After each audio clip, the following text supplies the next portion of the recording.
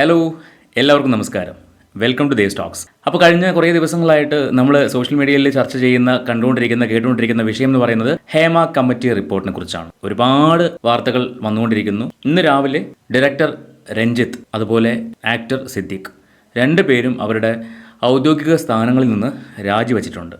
ഒരാൾ ചലച്ചിത്ര അക്കാദമിയുടെ ചെയർമാനായിരുന്നു, മറ്റേയാൾ AMMAയുടെ ജനറൽ സെക്രട്ടറി ആയിരുന്നു. ഈ രണ്ട് സ്ഥാനങ്ങളും അവർ രാജിവെച്ചു. അതിനുശേഷം കണ്ട കുറച്ച് കാര്യങ്ങൾ, അതായത് മാധ്യമങ്ങളാണല്ലോ ഈ വാർത്തകളെല്ലാം പുറത്തേക്ക് വിടുന്നതും പുതിയ പുതിയ ആളുകളുടെ ബൈറ്റുകൾ എടുത്ത് ആരൊക്കെയാണ്, എന്തൊക്കെയാണ്, എവിടേക്കാണ് എന്നൊക്കെയുള്ളത് പുറത്തേക്ക് കൊണ്ടുവരുന്നത്. അപ്പോൾ അങ്ങനെ ഇന്ന് ഡയറക്ടർ രഞ്ജി പണിക്കർ അദ്ദേഹത്തിന്റെ അടുത്ത് മാധ്യമങ്ങൾ അദ്ദേഹത്തിന്റെ അഭിപ്രായങ്ങൾ ചോദിക്കാൻ പോയി. ആ സമയത്ത് ഇവരുടെ ചോദ്യങ്ങളും അദ്ദേഹത്തിന്റെ മറുപടിയും നമുക്കൊന്ന് കേൾക്കാം. അതിനുശേഷം മറ്റൊരു കാര്യം കൂടി, ഇപ്പോൾ നടൻ സിദ്ദീഖിനെതിരായിട്ട് ആരോപണം ഉന്നയിച്ച ആ പെൺകുട്ടിക്കെതിരായിട്ട് ഒരു മോഡൽ കോർഡിനേറ്റർ ആരോപണവുമായിട്ട് വന്നിട്ടുണ്ട്. നമുക്ക് അതും ഒന്ന് കേൾക്കാം. ഒപ്പം ഈ പെൺകുട്ടി പഠിച്ച ഇൻസ്റ്റിറ്റ്യൂട്ട് ഉണ്ടായിരുന്നു, ചൈനയിലാണ്. ആ ഇൻസ്റ്റിറ്റ്യൂട്ടിൽ നിന്ന് ആ കുട്ടീനെ ഡീപ്പോർട്ട് ചെയ്യാണ് ചെയ്തത്. നമുക്ക് എന്തായാലും ഈ ഒരു വീഡിയോ കാണാം. രഞ്ജി പണിക്കർക്ക് എന്താണ് പറയാനുള്ളത് നമുക്കൊന്ന് കേട്ടു നോക്കാം. സിനിമ മേഖലയിൽ മാറ്റി നിർത്തണം ഇവരെ.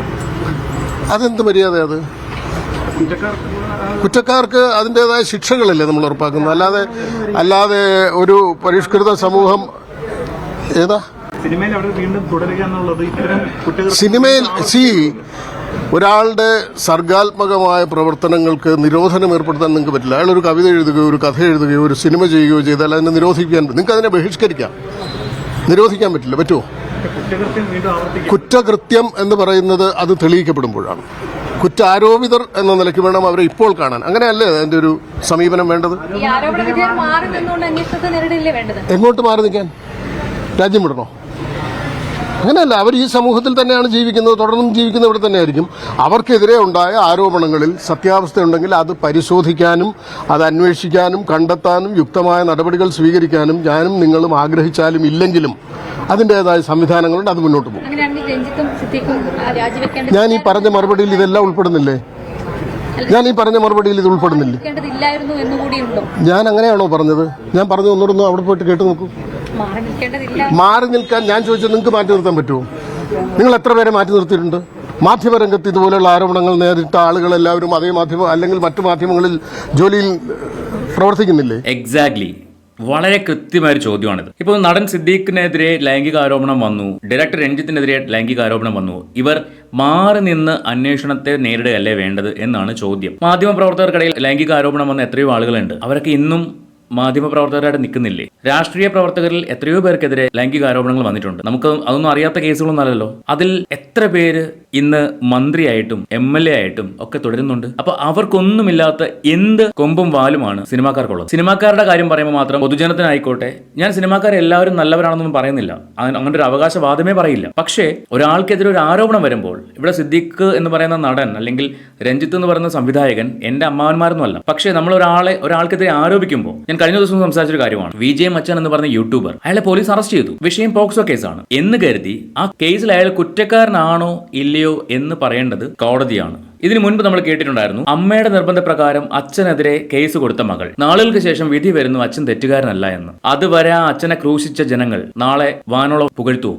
ഒരിക്കലുമില്ല. അപ്പോൾ ഒരാൾക്കെതിരെ ലൈംഗിക ആരോപണമായിക്കോട്ടെ, എന്തുതരം ആരോപണങ്ങളായിക്കോട്ടെ, ആരോപിക്കുന്നവർക്കൊപ്പമായിരിക്കും സമൂഹം നിൽക്കുന്നത്. പക്ഷേ ആ ആരോപണത്തിൽ കഴമ്പില്ല എന്ന് കണ്ട് കുറ്റവാളിയാക്കപ്പെട്ട വ്യക്തിയെ വെറുതെ വിട്ട് കഴിഞ്ഞാൽ പോലും ചെയ്യാത്ത കുറ്റം അയാളുടെ തലയിൽ നിന്ന് മാറ്റത്തില്ല. ഇവിടെ സിദ്ദീഖ് എന്ന് പറയുന്ന നടൻ തെറ്റ് ചെയ്തിട്ടില്ല എന്ന് ഞാൻ വാദിക്കുന്നില്ല. ചെയ്തിട്ടുണ്ടാവാം, ചെയ്തിട്ടില്ലായിരിക്കാം. അതിന്റെ പേരിൽ അയാളെ മാറ്റി നിർത്തണം. ഇപ്പം രഞ്ജി പണിക്കർ എന്ന് പറയുന്ന ഡയറക്ടർ ചോദിച്ച ചോദ്യം റെലവന്റ് ആണ്. നിങ്ങളിൽ എത്ര പേരെ നിങ്ങൾ മാറ്റി നിർത്തിയിട്ടുണ്ട്? അവർക്കവിടെ ഉത്തരമില്ല. വീണ്ടും വരുന്നു വിജയ് മച്ചാൻ എന്ന് പറയുന്ന യൂട്യൂബ്, അയാൾക്കെതിരെ വന്ന പോക്സോ കേസാണ്. നാളെ എനിക്കും നിങ്ങൾക്കും ഒക്കെ ഇത് വരാം. എങ്ങനെ? ഒരു പെൺകുട്ടി ഒരു കംപ്ലൈന്റ് ഇടുന്നു, ഇയാൾ എന്നെ പീഡിപ്പിച്ചു. അതിന്റെ സത്യം അറിയുന്നതിന് മുൻപേ പോലീസ് വന്ന് അവനെ അറസ്റ്റ് ചെയ്യുന്നു. നിനക്കെതിരെ എന്നെ പോലെ പരാതി കിട്ടിയിട്ടുണ്ട്, നിന്നെ ഞങ്ങൾ അറസ്റ്റ് ചെയ്യുന്നു എന്ന് പറഞ്ഞിട്ട് ഇവൻ അഡ്വക്കേറ്റിനെ വെച്ച് അറസ്റ്റ് ചെയ്ത് ജയിലിലാക്കുന്നു. പോക്സോ ആണെങ്കിൽ 90 ദിവസം, 3 മാസം, അതിനിടയ്ക്ക് ജാമ്യമില്ല. അതിനുശേഷം കോടതിയിൽ വാദിച്ച് ഇവൻ പ്രതിയല്ല എന്ന് കാണുന്നത് വരെ അടിച്ചേൽപ്പിച്ചുകൊണ്ടേയിരിക്കും.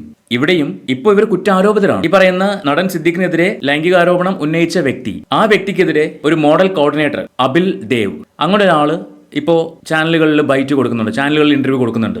ഇപ്പം ഞാൻ എൻ്റെ ഒരു ഫ്രണ്ടിനെ കണ്ടിട്ട് എൻ്റെ ഒരു ഫ്രണ്ടിനോട് എന്താടോ ഇപ്പൊ പഴയ പോലെ ഒന്നും അല്ലല്ലോ, നമ്മളൊന്നും സ്നേഹമില്ലല്ലോ എന്ന് പറയുന്നത് അത് ലൈംഗിക ചൊവ കാണുന്നത് അല്ലെങ്കിൽ അതിലൊരു ലൈംഗികത കാണുന്നത് കേൾക്കുന്ന ആളുടെ ആറ്റിറ്റ്യൂഡ് പോലിരിക്കും. ഞാൻ നല്ല ഉദ്ദേശത്തോടാ ഇപ്പൊ പഴയ ഒന്നല്ല, നമ്മളൊന്നും മൈൻഡില്ലല്ലോ എന്ന രീതിക്കായിരിക്കും സംസാരിക്കുന്നത്. ഞാൻ ഇപ്പോഴും പറയുന്നു, ഒരിക്കലും ഞാൻ വേട്ടക്കാരന്റെ ഒപ്പം അല്ല. പക്ഷേ ചില കാര്യങ്ങൾ കാണുമ്പോൾ പറഞ്ഞു പോകുന്നതാണ്. നാളെ റോഡിൽ ഒരു പെൺകുട്ടി ആക്സിഡന്റ് പറ്റി വീണ് കിടക്കുന്നു, പോയി എടുക്കാൻ ഞാൻ പേടിക്കും. പണ്ടൊക്കെ ആണെങ്കിൽ നമ്മൾ ഈ കല്യാണങ്ങൾക്ക് പോകുമ്പോൾ ഒരു 5 വയസ്സോ 6 വയസ്സോ അല്ലെങ്കിൽ ആ ഒരു ഏജിലുള്ള കുട്ടികളെ കാണുമ്പോൾ നമ്മളടുത്ത് ലാളിക്കാറുണ്ട്, ഒരു മുത്തം കൊടുക്കാറുണ്ട്. പക്ഷെ ഇപ്പൊ പേടിയാണ്. അടുത്ത ദിവസമായിരിക്കും അത് പോക്സോ എന്ന് പറഞ്ഞു വരുന്നത്. ആ ലെവലിലേക്ക് കാലം മാറിയിരിക്കുകയാണ്. ഇവിടെ ഇപ്പൊ ഇദ്ദേഹം ചോദിച്ച ചോദ്യം റെലവന്റ് ആണ്. നമുക്ക് ബാക്കി കേൾക്കാം. അങ്ങനെ മാറ്റി നിർത്തൽ എങ്ങനെയാണ്? ഈ രാജ്യത്തെ സമൂഹത്തിൽ എന്തെല്ലാം കുറ്റകൃത്യങ്ങൾ ചെയ്ത ആളുകളുണ്ട്, ശിക്ഷ അനുഭവിച്ചവരുണ്ട്. അവർ തിരിച്ചു വന്നാൽ അവരെ നാട് കടത്തുമോ? അങ്ങനെയല്ലല്ലോ പരിഷ്കൃത സമൂഹത്തിലെ ശിക്ഷാ സമ്പ്രദായം. അങ്ങനെ ഞാൻ പറഞ്ഞോ? നിങ്ങൾ പറയുന്നത് ഞാൻ അംഗീകരിക്കണോ? വേറെ ആള് നോക്കണം. കുറ്റാരോപിതരെ മാറ്റി നിർത്തുന്ന ഒരു നിയമ സംവിധാനം നമ്മുടെ രാജ്യത്തുണ്ടോ? ഉണ്ടോ? ധാർമ്മികതയാണോ രാജ്യത്തെ എല്ലാ കാര്യങ്ങളിലും തീരുമാനിക്കപ്പെടുന്നത്? നിങ്ങൾ ഏത് ധാർമ്മികതയുടെ അടിസ്ഥാനത്തിലായിരിക്കും പ്രവർത്തിക്കുക? നിങ്ങൾ ഏത് സ്ഥാപനത്തിൽ പ്രവർത്തിക്കുന്നോ അതിന്റെ ധാർമ്മികത. അതിനേക്കാൾ വലിയ സാമൂഹ്യ ധാർമ്മികതയൊന്നും ഒരാൾക്കുമില്ല, ആർക്കും അവകാശപ്പെടാനുമില്ല. ഉണ്ടോ? നിർത്തി. അമ്മയുടെ സംഘടനയുടെ ഭാരവാഹികളോട് നിങ്ങൾ പോയി ചോദിക്കൂ. ഞാൻ ബന്ധപ്പെട്ട് നിൽക്കുന്ന എല്ലാത്തിനെ കുറിച്ച് ഞാൻ അഭിപ്രായം പറയണോ? ശരിക്കും മാധ്യമപ്രവർത്തകരുടെ വാ അടഞ്ഞു പോയി. മറുപടികളില്ല. അവർ പിന്നെയും ചോദ്യങ്ങളാണ് ചോദിക്കുന്നത്. ഇദ്ദേഹം തിരിച്ചു ചോദിക്കുന്നതിന് മറുപടിയില്ല. അതുപോലെ തന്നെ ഞാൻ നേരത്തെ പറഞ്ഞ പോലെ ആ കുട്ടി ഇപ്പം ആരോപണം ഉന്നയിച്ചു എന്ന് പറയുന്ന ആ കുട്ടിക്ക് അഗെയിൻസ്റ്റ് ആയിട്ട് മോഡൽ കോർഡിനേറ്ററായ അബിൽ ദേവ് അയാൾ പറയുന്ന കുറച്ച് കാര്യങ്ങളുണ്ട്. എനിക്ക് അങ്ങനെ തോന്നുന്നു. കാരണം ഞാനൊരു വ്യക്തിമാണ്. കാരണം ഒരു തെറ്റും ചെയ്യപ്പെടാത്ത രീതിയിൽ തന്നെ എന്റെ പേരിൽ ഒരു ആരോപണം വന്ന് അത് വളരെയധികം ബുദ്ധിമുട്ടുകൾ ഉണ്ടാക്കിയിട്ടുണ്ട്. അപ്പൊ എനിക്ക് അതാണ് മെയിൻലി പറയുന്നത്. ഇങ്ങനെ ഒരു ബാക്ക്ഗ്രൗണ്ട്, ഈ ഇത്രയും കാര്യങ്ങൾ പറയുമ്പോൾ ഇങ്ങനത്തെ ഒരു സംഭവങ്ങളൊക്കെ ഉണ്ടായിട്ടുണ്ട്. അതെനിക്ക് തീർച്ചയായിട്ടും മീഡിയയുടെ അടുത്ത് ഷെയർ ചെയ്യണമെന്നും എനിക്ക് തോന്നിയിട്ടുണ്ടായിരുന്നു. ഞാൻ അതിൽ നിയമ നടപടി എന്ന് പറയുന്നത്, ഞാൻ ആദ്യം ഫസ്റ്റ് ഓഫ് ഓൾ WCCക്ക് പരാതി കൊടുത്തിട്ടുണ്ടായിരുന്നു. പരാതി ഞാനല്ല കൊടുത്തത്, എന്റെ വൈഫാണ് കൊടുത്തിരിക്കുന്നത്. അവർക്ക് ഈ പറഞ്ഞ സർട്ടിഫിക്കേഷനും ഞങ്ങൾക്ക് ഫാമിലിയിൽ ഉണ്ടായ ബുദ്ധിമുട്ടും എല്ലാം അറിയിച്ചുകൊണ്ട് WCCക്ക് ഞാൻ ലെറ്റർ ത്രൂ ദ മെയിലും ഒഫീഷ്യലി അയച്ചു കൊടുത്തിട്ടുണ്ട്, മെയിൽ അയച്ചെടുത്തിട്ടുണ്ട്. കാരണം WCCക്ക് അയക്കാൻ കാരണം WCCയുടെ പ്രസ് മീറ്റിലൊക്കെ ഈ കുട്ടിയെ ഞാൻ കണ്ടിട്ടുണ്ട്. അപ്പോൾ ആ കുട്ടി എന്നെ അവരുടെ ഫേസ്ബുക്ക് പോസ്റ്റിൽ അന്ന് WCCയുടെ വക്താവ് എന്നുള്ള രീതിയിലൊക്കെ മെൻഷൻ ഒക്കെ ചെയ്തിട്ടുണ്ടായിരുന്നു. അപ്പൊ എന്തെങ്കിലും ഒരു ഭാഗം WCCയുടെ ഭാഗത്താണ്. ആ സമയത്ത് നിങ്ങൾ നോക്കിയത് ഒരു 3 വർഷം മുമ്പ് നിരന്തരം വീഡിയോ ഇട്ടുകൊണ്ടിരിക്കുക, നിരന്തരം. ഈ വീഡിയോ ഇട്ടതിന് ശേഷം ആ കുട്ടി പറഞ്ഞിട്ടുണ്ടായിരുന്നു, അടുത്ത പീഡിപ്പിക്കപ്പെട്ട ആളുകളുടെ ലിസ്റ്റ് ഞാൻ പ്രസിദ്ധീകരിക്കാൻ പോവാണ്, വെയിറ്റ് ആൻഡ് സീ. അത് ഭയങ്കര ചലഞ്ചിങ് ആയിട്ട്, അന്നത്തെ വീഡിയോ ഒക്കെ നിങ്ങൾ എടുത്തു നോക്കിയാൽ മതി. ആ സമയത്ത് ഇങ്ങനെ ഭയങ്കരമായിട്ടും ഒരു ചലഞ്ചിങ് ആയിട്ട് അടുത്ത ലിസ്റ്റ് ഞാൻ വിടും എന്നുള്ള രീതിയിൽ. അപ്പൊ അന്ന് ഞാൻ പ്രതികരിച്ചത്, എനിക്കോ എന്ന് നല്ല ബുദ്ധിമുട്ടുണ്ടായി. ഇനിയിപ്പോ അടുത്തൊരാൾക്ക് അത് ബുദ്ധിമുട്ടുണ്ടാകുന്നു. ഇപ്പൊ എന്തും പറഞ്ഞാൽ അത് ഫാമിലിയിലൊക്കെ എഫക്ട് ചെയ്യുന്നതുകൊണ്ട് അന്ന് ഞാൻ നല്ല രീതിയിൽ ഞാൻ അതിനെ പ്രതികരിച്ചിട്ടുണ്ടായിരുന്നു.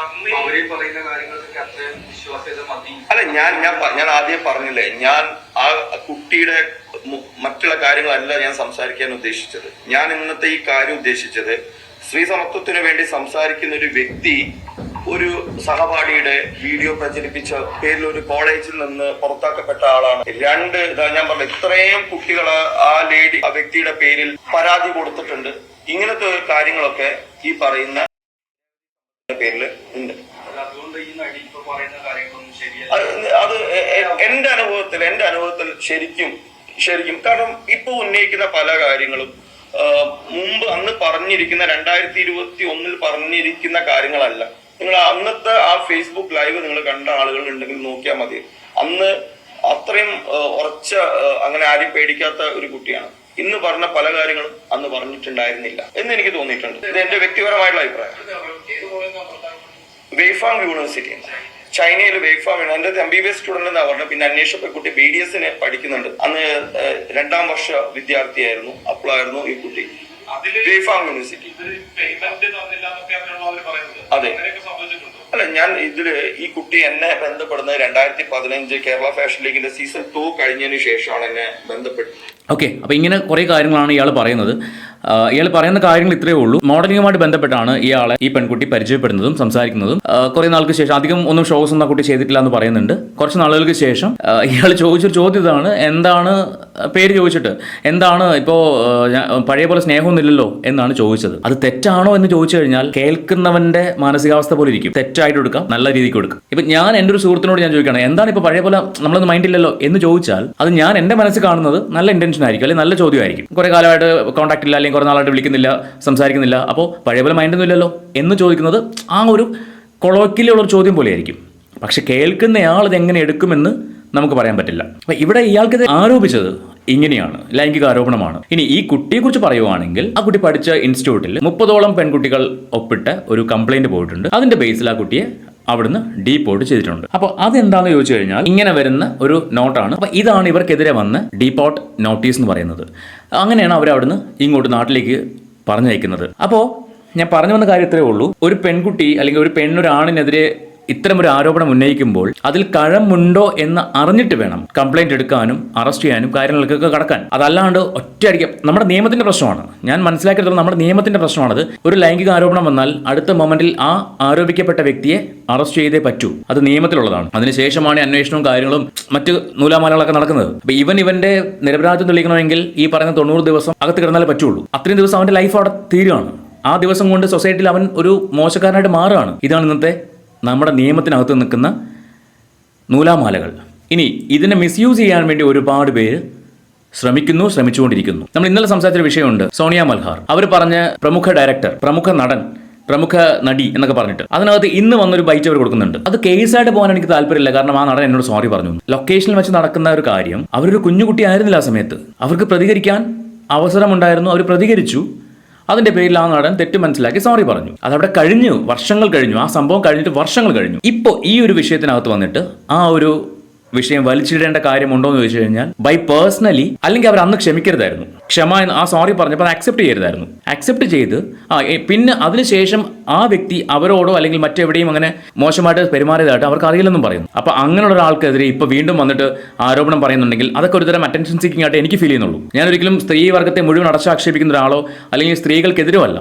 പക്ഷേ നമ്മൾ ആരോപണങ്ങൾ ഉന്നയിക്കുമ്പോൾ അതിനകത്ത് ഒരു എത്തിക്സ് ഉണ്ടാവണം. ഈ പറയുന്ന പെൺകുട്ടിയുടെ കാര്യത്തിൽ എനിക്ക് അറിയില്ല, ഈ ആക്ടർ സിദ്ദീഖ് ആ കുട്ടിയോട് മിസ്ബിഹേവ് ചെയ്തോ എന്നുള്ളത് ഞാൻ കണ്ടിട്ടില്ല, ചെയ്തിട്ടില്ല എന്നും എനിക്ക് പറയാൻ പറ്റില്ല. പക്ഷേ ആ കുട്ടിയുടെ ബാക്ക്ഗ്രൗണ്ടിൽ ഇങ്ങനെ കുറേ സംഭവങ്ങൾ നടന്നിട്ടുണ്ട് എന്നുള്ളത് മാത്രം നമ്മൾ ചൂണ്ടിക്കാണിച്ചു, അത്രേ ഉള്ളൂ. ഇതുപോലെ ഓരോ കാര്യങ്ങളും ഇനിയിപ്പോൾ ആരുടെയൊക്കെ പേരുകൾ പുറത്ത് വരുമെന്നൊന്നും നമുക്കറിയില്ല. കഴിഞ്ഞ ദിവസം വേറൊരു പെൺകുട്ടി ഇന്ന് രാവിലെ അതിനകത്ത് സ്പെറ്റ് പോയത് ആക്ടർ സുധീഷാണ്. അതായത് മീഡിയക്കാരൻ വിളിച്ച് സംസാരിച്ചപ്പോൾ പുള്ളി എനിക്കറിയില്ല, കുട്ടീനെ ഞാൻ സംസാരിച്ചിട്ടില്ല, എനിക്കറിയില്ല എന്ന് പറഞ്ഞ് ഒഴിഞ്ഞു മാറി. പക്ഷേ അവിടെ പുള്ളിക്ക് കയ്യിൽ നിന്ന് പോയത് എവിടെയാണെന്ന് ചോദിച്ചാൽ ഈ മീഡിയ പേഴ്സൺ സംസാരിക്കുന്ന സമയത്ത് ആ വ്യക്തി ആ ലൈനിലുണ്ടായിരുന്നു, ആ വ്യക്തി ആ സ്റ്റുഡിയോയിൽ ഉണ്ടായിരുന്നു. അവരുമായിട്ട് സംസാരിക്കാൻ ആക്ടർ സുധീഷ് തയ്യാറായില്ല. അയാളുടെ ഭാഗത്ത് തെറ്റുള്ളത് കൊണ്ട് തന്നെയാണ് അയാൾ സംസാരിക്കാത്തതെന്ന് എനിക്ക് തോന്നുന്നു. അല്ലെങ്കിൽ ഒരു ഒറ്റ ചോദ്യം ചോദിക്കാം, ഞാൻ എപ്പോഴാണ് നിങ്ങളെ വിളിച്ചിട്ടുള്ളത് എന്ന് ചോദിച്ചാൽ അവിടെ തീർന്നു ഇയാളുടെ ആ ആരോപണം. പക്ഷെ അത് ചോദിക്കാത്തത് കൊണ്ടാണ് ആൾക്കാർ ആക്ടർ സുധീഷിനെതിരായിട്ട് സംസാരിക്കുന്നത്. ഞാനും സംസാരിക്കുന്നു, ചെയ്തത് തെറ്റ് തന്നെയാണ് അങ്ങനെ വിളിച്ചിട്ടുണ്ടെങ്കിൽ. പക്ഷെ അത് വിളിച്ചിട്ടില്ല എന്ന് പ്രൂവ് ചെയ്യേണ്ടത് ഈ പറഞ്ഞ സുധീഷാണ്.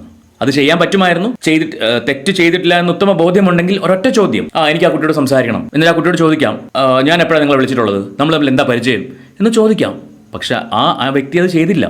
എനിക്ക് അവരോട് ഇപ്പോൾ സംസാരിക്കാൻ താല്പര്യമില്ല എന്നും പറഞ്ഞ് ഒഴിഞ്ഞു മാറാ ചെയ്തത്. ഓഫ് കോഴ്സ് അവിടെ ആ പെൺകുട്ടിയുടെ ഭാഗത്ത് ന്യായമുണ്ടെന്ന് എനിക്ക് തോന്നി. അപ്പോൾ നമ്മൾ ന്യായം എന്താണെന്ന് കണ്ടിട്ട് വേണം ഒരാളെ. ഇന്നും ഞാൻ ഇപ്പോഴും പറയുന്നു, തെറ്റ് ചെയ്തിട്ടുണ്ടെങ്കിൽ അവൻ ശിക്ഷിക്കപ്പെടുക തന്നെ വേണം. അതിന് എത്ര വലിയ കൊലകൊമ്പനാണെങ്കിലും, സിദ്ദീഖ് ആയിക്കോട്ടെ, രഞ്ജിത്ത് ആയിക്കോട്ടെ, ഈ പറഞ്ഞ വിജയ മച്ചാൻ ആയിക്കോട്ടെ, ആരാണെങ്കിലും തെറ്റ് ചെയ്തിട്ടുണ്ടെങ്കിൽ അവൻ ശിക്ഷിക്കപ്പെടുക തന്നെ വേണം. നാളെ ഞാനാണെങ്കിലും. പക്ഷേ തെറ്റ് ചെയ്തിട്ടില്ലെങ്കിൽ ആ തെറ്റ് തെളിയുന്നത് വരെ അവരെ ക്രൂശിക്കുമ്പോൾ നമ്മളൊന്ന് ഓർക്കണം, ഇന്ന് നമ്മൾ എറിയുന്ന ഓരോ അമ്പും നാളെ നമുക്ക് നേരെ വരും എന്നുള്ളത്. എന്തായാലും ഇനിയും ഒരുപാട് പേരുകൾ വരാതിരിക്കട്ടെ എന്ന് ആഗ്രഹിക്കാം.